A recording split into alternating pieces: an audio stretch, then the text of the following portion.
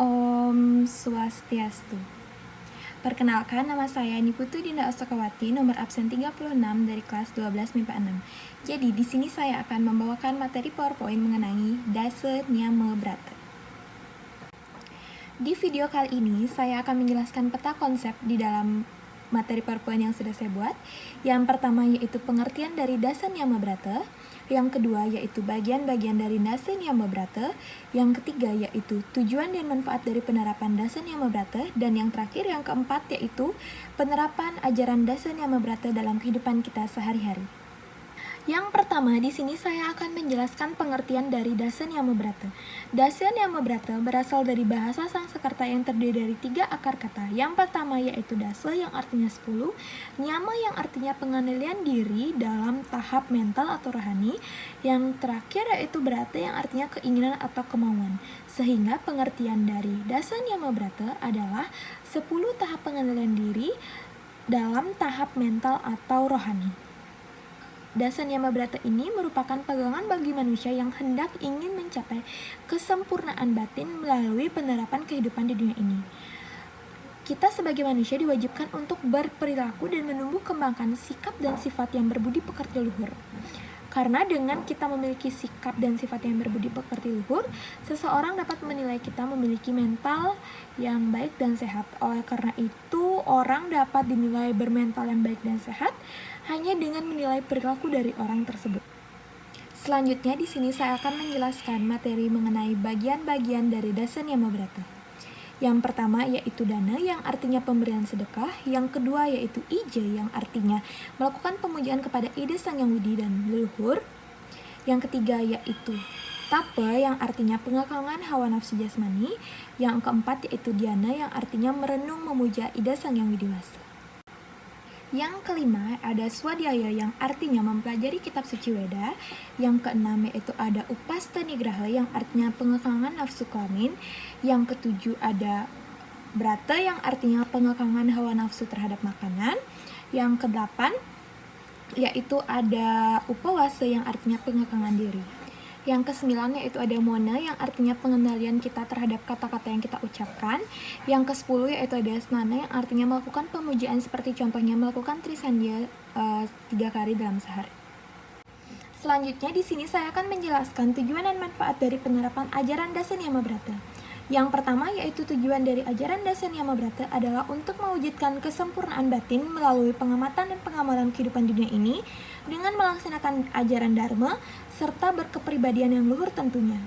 Yang kedua yaitu manfaat dari ajaran Dasa Nyama Brata adalah sebagai media pembelajaran, pendidikan, pendalaman, dan pengalaman ajaran agama Hindu dengan mewujudkan umat sedharma memiliki berkepribadian yang luhur dengan pelaksanaan dharma guna mencapai kesempurnaan batin yang kekal abadi atau sering disebut dengan moksa.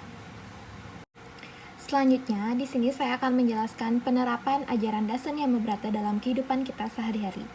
Yang pertama yaitu penerapan dana.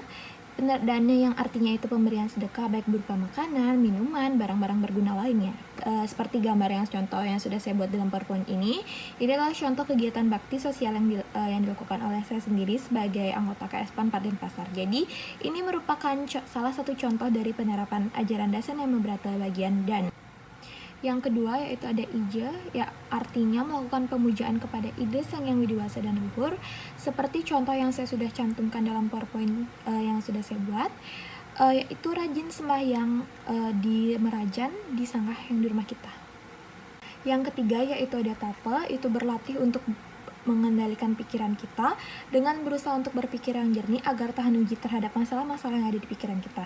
Seperti contoh yang sudah saya cantumkan dalam PowerPoint saya, itu kumpul bersama keluarga saat melakukan persembahyangan ataupun ada odalan apapun.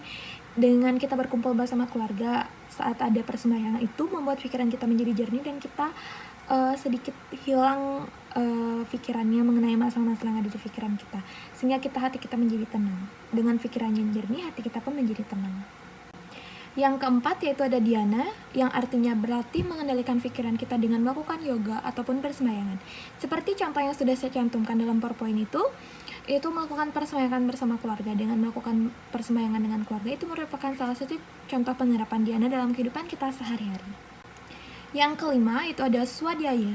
Swadhyaya itu sendiri lebih mudah diterapkan dalam kehidupan kita sehari-hari sebagai siswa, terutama dengan melakukan tekun belajar dan tidak cepat merasa putus asa, seperti yang sudah saya cantumkan dalam gambar PowerPoint di samping.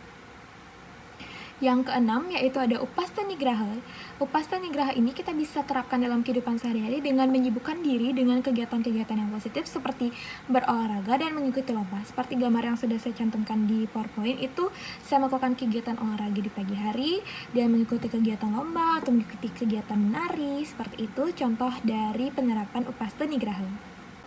Yang ketujuh yaitu ada brata. Itu kita bisa terapkan dengan kita berjanji kepada diri kita sendiri untuk membanggakan orang tua dan keluarga kita dengan melakukan hal-hal yang positif tadi seperti berolahraga atau kita mengikuti lomba-lomba yang ada, memenangkan kejuaraan-kejuaraan dari lomba tersebut, atau kita belajar dengan tekun agar menjadi orang yang sukses dan bisa menjaga kebanggaan orang tua dan keluarga tentunya. Yang ke-8 itu ada upawasa. Kita bisa menerapkannya dengan mengurangi memakan makanan yang berlebihan karena hanya hawa nafsu kita, serta mengatur pola makan kita sehari-hari seperti memakan makanan 4 sehat 5 sempurna. Yang ke-9 yaitu ada mona, yang artinya menghindari berkata kasar, mencaci maki, atau kita berbohong kepada orang.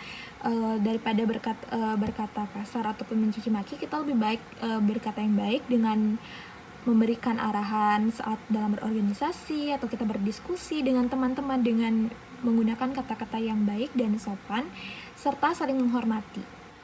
Dan yang terakhir yang ke-10 yaitu ada snana, yang artinya itu kita tekun melakukan penyucian diri dengan mandi yang rajin atau dengan 3 kali sehari dalam mandi itu. Terus rajin melakukan persembahyangan dengan melakukan trisanya sebanyak 3 kali dalam sehari. Itu adalah contoh penerapan ajaran Dasan Yamabrata dalam kehidupan kita sehari-hari.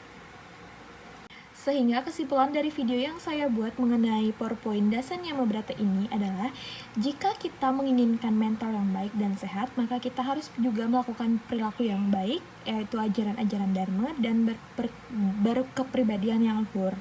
Seperti tadi, rajin melakukan persembahyangan, mengendalikan diri, mengendalikan hawa nafsu, mengendalikan pikiran dengan hal-hal yang positif, tekun belajar, apalagi kita seorang siswa gitu, kita harus melakukan kegiatan-kegiatan yang positif dengan mengikuti lomba-lomba yang ada dan sebagainya, karena kita dinilai memiliki mental yang baik dan sehat jika kita mampu berperilaku yang baik kepada diri kita sendiri maupun ke orang lain. Sekian materi yang telah saya bawakan mengenai Dasan Yamabrata. Bila ada kesalahan kata yang disengaja maupun tidak sengaja, saya mohon maaf. Saya tutup dengan Paramasanti. Om Santi Santi Santi Om. Semoga bermanfaat. Terima kasih.